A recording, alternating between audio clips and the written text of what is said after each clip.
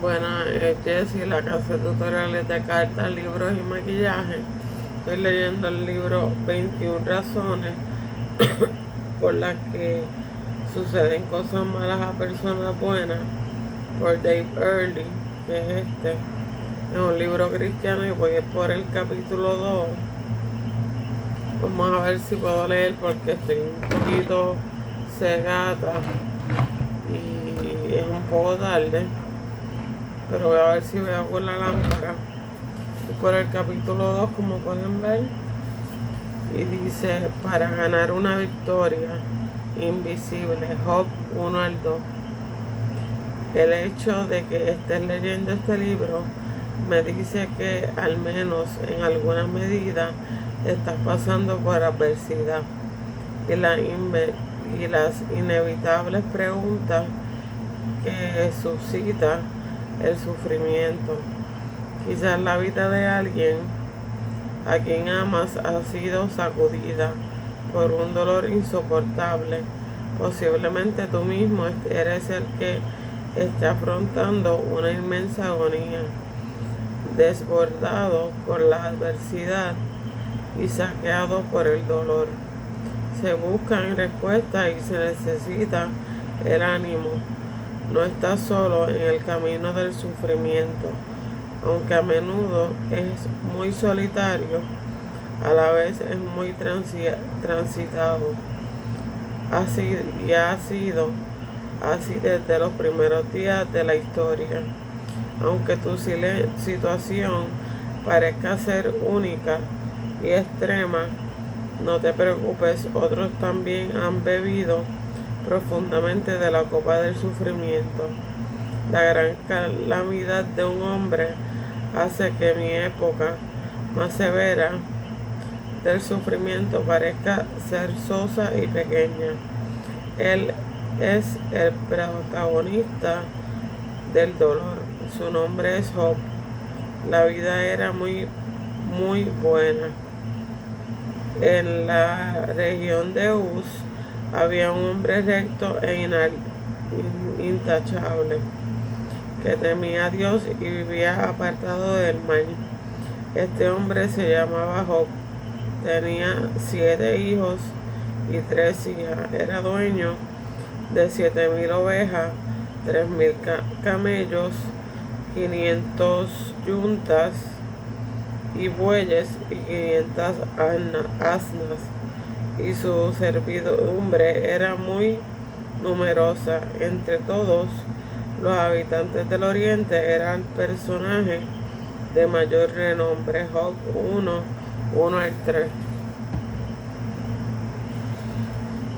En el pequeño esbozo reflejado por estos 3 versículos, conocemos varios datos importantes sobre la vida de Job. Primero, era un buen hombre. De hecho, era de lo mejor que se podía encontrar. Segundo, era un hombre de familia al que le gustaba estar con sus 7 hijos y 3 hijas. En otro lugar del capítulo 1 de Job, encontramos que regularmente oraba por su hijo, versículo 5. Tercero, Job había conseguido uno de los hombres más ricos e influyentes en su parte del mundo. Tenía enorme rebaño y manada y una gran plantilla que los cuidaba. Siendo la envidia de todos, Job realmente podría mirar alrededor y decir, la vida es buena. La vida pasó a ser muy mala. Llegó el día en que los hijos y las hijas de Job celebraban un banquete en casa de su hermano mayor. Entonces un mensajero llegó a decirle a Job, mientras los bueyes araban y los asnos pastaban por allí cerca, nos atacaron los aveanos y los llenaron y se los llevaron. y los criados los criados los mataron a filo de espada. Solo yo pude escapar y ahora tengo que contárselo a usted. No había terminado de hablar este mensajero cuando una más llegó y dijo: del cielo cayó un rayo que calcinó a las ovejas y a los criados. Solo yo pude escapar para venir a contárselo. No había terminado de hablar ese mensajero cuando otro más llegó y dijo: unos salteadores caldeos vinieron y, dividiéndose en 3 grupos, se apoderaron de los camellos y se los llevaron. A los criados los mataron a filo de espada. Solo yo pude escapar y ahora vengo a contárselo. No había terminado de hablar este mensajero cuando todavía otro llegó y dijo: los hijos y las hijas de usted estaban celebrando un banquete en casa del mayor de ellos, cuando de pronto un fuerte viento del desierto dio contra la casa y derribó sus 4 esquinas, y la casa cayó sobre los jóvenes y todos murieron. Solo yo pude escapar y ahora vengo a contárselo. Job 1:13-19. Perdón. No puedo ni imaginármelo. En un solo día, todas las pesadillas y temores que se hubieran podido infiltrar alguna vez en algún rincón de la mente de Job explotaron en una realidad y le golpearon como un accidente de tren. Sin previo aviso, la familia y fortuna de Job fueron barridos en un desprendimiento de pérdidas.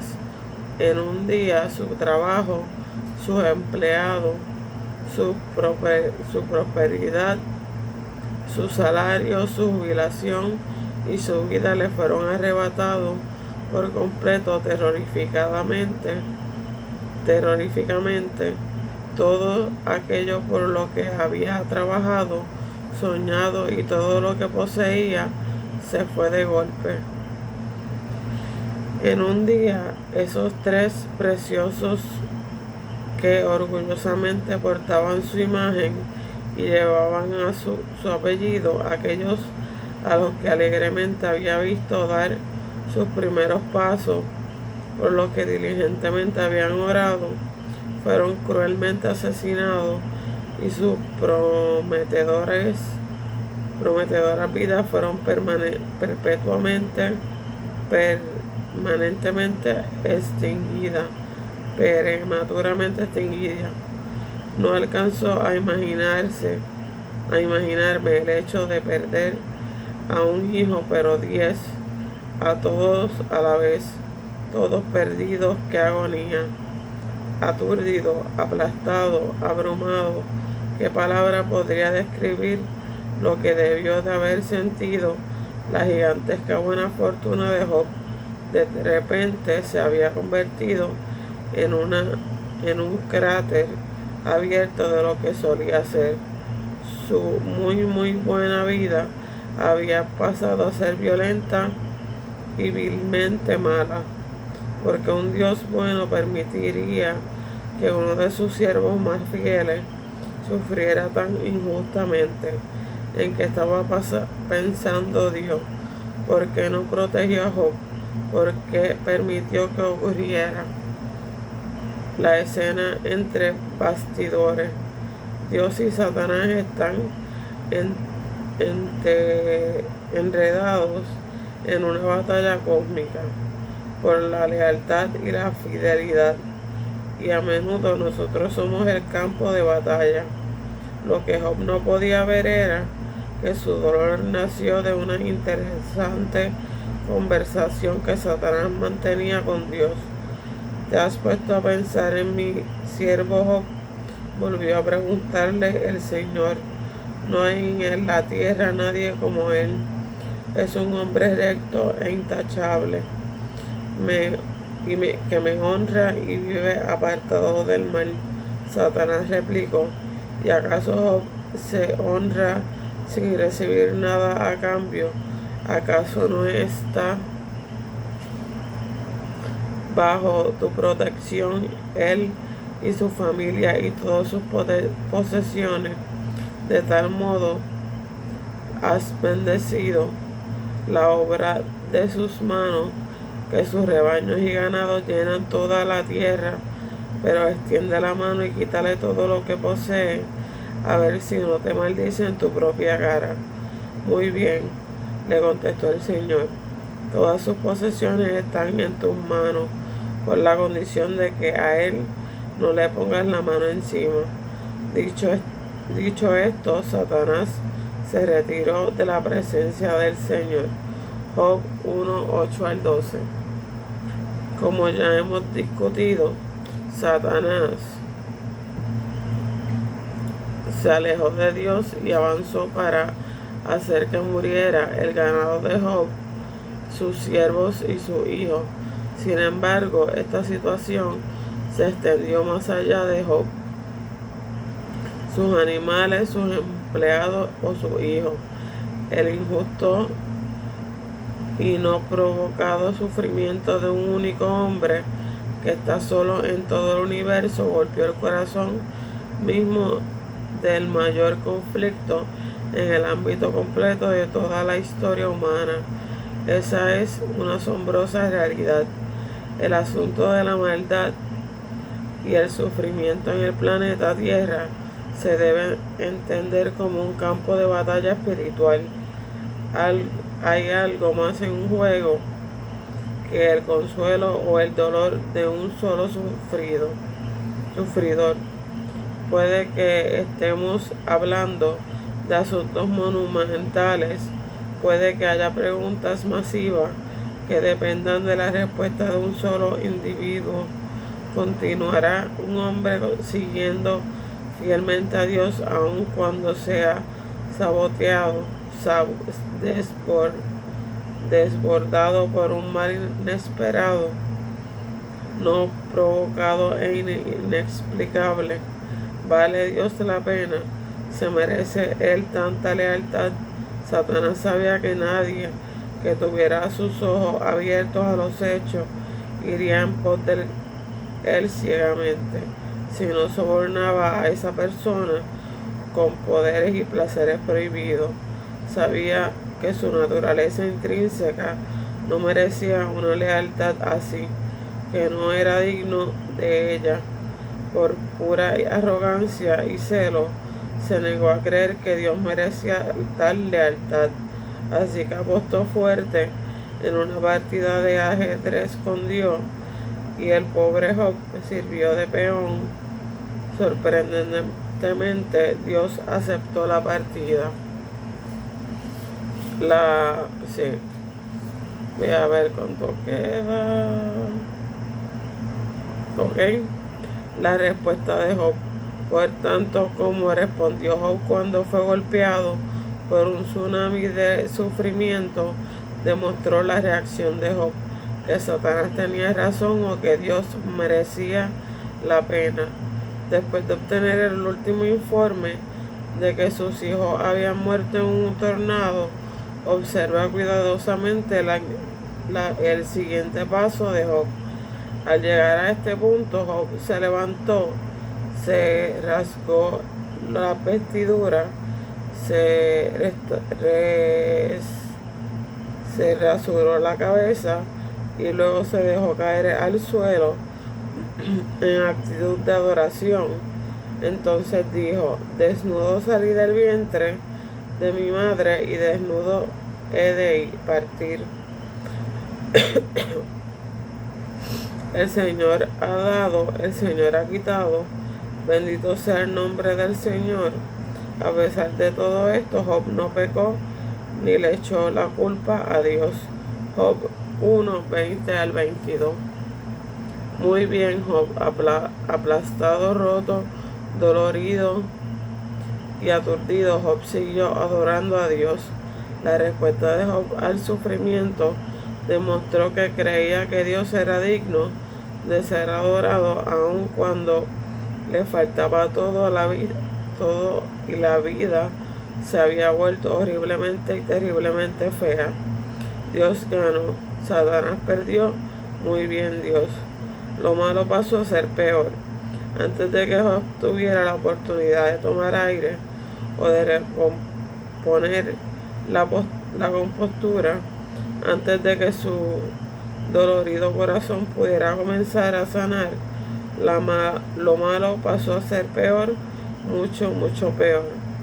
Dicho esto, Satanás se retiró de la presencia del Señor para afligir a Job con dolorosas llagas desde la planta de su pie hasta la coronilla. Y Job, sentado en medio de la ceniza, tomó un pedazo de teja para rascarse constantemente. Job 2:7-8.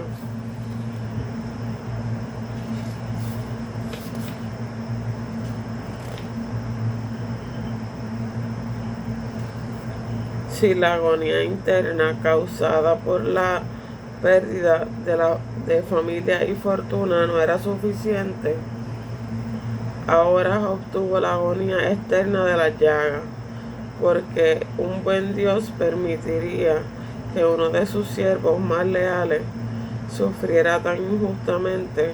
¿En qué estaba Dios pensando? ¿Por qué no protegió a Job? ¿Por qué permitió que ocurriera? La escena entre bastidores, parte 2. Satanás no abandonó tan fácilmente su capacidad de aguantar los golpes a seguir adelante, y es impresionante. Después de que Job inicialmente respondiera a su pérdida adorando a Dios, a pesar de todo, Satanás se levantó del suelo para luchar al segundo asalto. ¿Te has puesto a pensar en mi siervo Job? Volvió a preguntarle el Señor. No hay en la tierra nadie como él.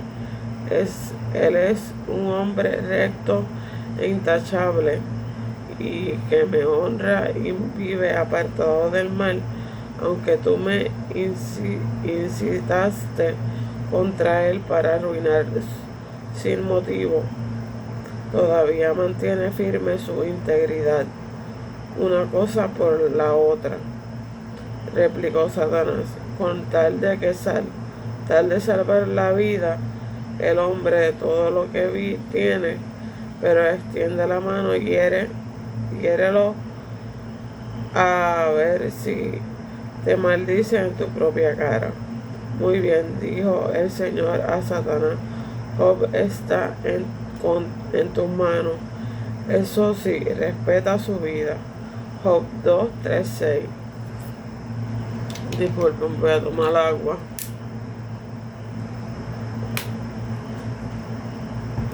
Tengo un poco de catarro. Satanás de nuevo desafió la integridad de Dios, atacando la de Job. Dijo que aunque Job no había cedido ni abandonado a Dios, tras perderlo todo seguro, Job tiraría la toalla si Dios le permitiera a Satanás atacar su salud.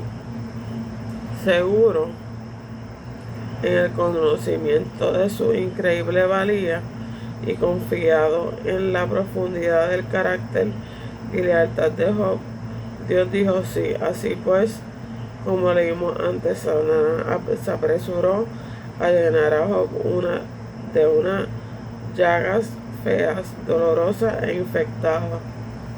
La respuesta de Job, parte 2. Su esposa le reprochó: todavía mantiene firme tu integridad, maldice a Dios y muérete. Job le respondió: mujer, hablas como una necia. Si de Dios sabemos recibir lo bueno, no sabremos también recibir lo malo. A pesar de todo esto, Job no pecó ni de palabra. Job 2, 9 al 10. Muy bien, Job. Otra vez, agonía apilada sobre agonía, dolor acumulado sobre dolor, pena amontonada sobre pena. Y sin embargo, Job siguió adorando a Dios. La respuesta de Job al sufrimiento demostró que creía que Dios es digno de adoración aun cuando se sufre el sentir del dolor físico y emocional. Dios volvió a ganar, Satanás volvió a perder. Muy bien, Dios otra vez. Una razón por la que suceden cosas malas a personas buenas. Permíteme estirar tu pensamiento durante unos momentos. Es un pensamiento increíble. Quizás parte de nuestro sufrimiento tiene poco o nada que ver con nosotros y todo que ver con el plan de Dios para silenciar el orgullo de Satanás, para cerrar la boca de Satanás. Satanás quiere que le adoren como a Dios, pero sabe que no es digno. Si sus seguidores fueran puestos en la misma posición que fue puesto Job, le abandonarían rápidamente. Sin embargo, cuando uno de los seguidores de Dios, en este caso Job, lo perdió todo, se negó a abandonar. Dios era digno y Satanás quedó maniatado. Hay 40 capítulos más en el libro de Job. ¿Y sabes cuántas veces se menciona a Satanás después del capítulo 2? Ninguna, nada, cero. Porque ya no se menciona a Satanás porque Satanás fue silenciado totalmente por la increíble dignidad de Dios revelada en la extraordinaria integridad de Job. Él quedó silenciado, totalmente derrotado. Dios había ganado y Satanás había perdido, así que tuvo que escabullirse en medio de su vergonzoso silencio. Me encanta, wow, un pequeño ser humano que sufrió de manera tan triunfal, tuvo el poder de cerrarle la boca al príncipe de las tinieblas. No ató al enemigo con alguna oración bien elaborada, ni clamó para que descendiera fuego del cielo y quemara al enemigo. Simplemente permaneció leal a Dios, aunque cosas malas le estaban aplastando a su alrededor. Fue fiel a pesar de tener el corazón roto por la tristeza y el cuerpo destrozado por el dolor. Job no se daba cuenta en ese momento, pero estaba ganando una victoria invisible, tremendo. Amigo, quizás las cosas malas que te están ocurriendo ahora mismo realmente no tienen nada que ver contigo, tanto como con la titánica lucha del universo. Quizá todo el reino de las tinieblas y todo el reino de Dios está observando para ver cómo manejas tu dolor, para saber si tu vida demuestra que Dios es verdaderamente digno. Edith Schaufer es en un libro Affliction lleva este concepto a otro nivel cuando propone que este escenario se ha vuelto a representar una y otra vez a lo largo de la historia. Ella imagina una conversación similar a una en la que Satanás le dice a Dios: de acuerdo, así que Job siguió confiando en ti, pero ¿qué ocurriría si una mujer tuviera 5 hijos que mueren en la guerra? seguro que ella no seguiría confiando en ti. Dios contesta, mira a fulanita, cuyos 5 hijos murieron en la guerra civil y ella siguió confiando en mí. Satanás vuelve al día siguiente y dice, de acuerdo, así que ella también confía en ti, porque ocurriría si un hombre perdiera a su esposa y a su hijo en un incendio. Segundo, seguro que no seguiría confiando en ti. Dios contesta, bueno, fulanito perdió a su esposa e hijo en un incendio y siguió confiando en mí. La idea es que cuando Jesús llegue y ponga fin a la historia según la conocemos ahora, cada tipo de aflicción inimaginable habrá sido soportada valientemente por uno de nosotros, haciendo que la derrota y el silencio de Satanás sean totales.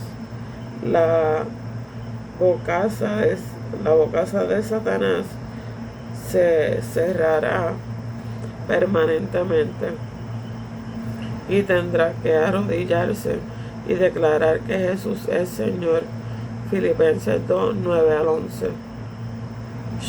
Schauffer escribe, hay un significado y propósito inmenso en nuestras aflicciones individuales, ya que esa en particular con la que Satanás nos está golpeando hoy, nunca antes se ha vivido antes en algún momento de la historia ni se volverá a vivir. Cada uno de nosotros vive situaciones de sufrimiento únicas e individuales. Por tanto, nuestras aflicciones y respuestas verdaderamente son importantes para Dios, y nuestra respuesta puede que impacte la historia. Para mí, este es el fabuloso descubrimiento de todos los descubrimientos, que Dios sea tan justo que nos permita tener la oportunidad de tener cosas importantes que hacer en su historia total de victoria a lo largo de los siglos. No podemos saber que affliction se convertiría en el momento más importante de nuestra historia, de nuestra vida. Su llegada no será anunciada con un sonido de cuerno plateado o tocado de volumen del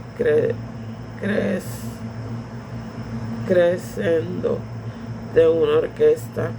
Nuestro momento más importante puede venir cuando nadie espera, excepto Dios, y Satanás sea consciente de ello. Cuando nuestra respuesta al Señor sea una que gane una batalla de una vez contra nuestro enemigo invisible. Porque entonces, porque sucede cosas malas a personas buenas, ¿qué bien podemos obtener de lo malo? Podría ser que haya una victoria invisible que ganar. Quizás no nos demos cuenta ahora, pero puede que seamos jugadores en una batalla invisible. Nuestra respuesta al sufrimiento puede darle a Dios una mayor gloria y callar la boca de Satanás. Tremendo. Este es el final del capítulo 2. Espero que se haya oído bien porque estoy un poco ronca. Para la próxima leo el capítulo 3. Este es el libro 21 razones por las que suceden cosas malas a personas buenas por Dave Earley. Y este era el capítulo 2. Espero que hayan aprendido. Dios los bendiga.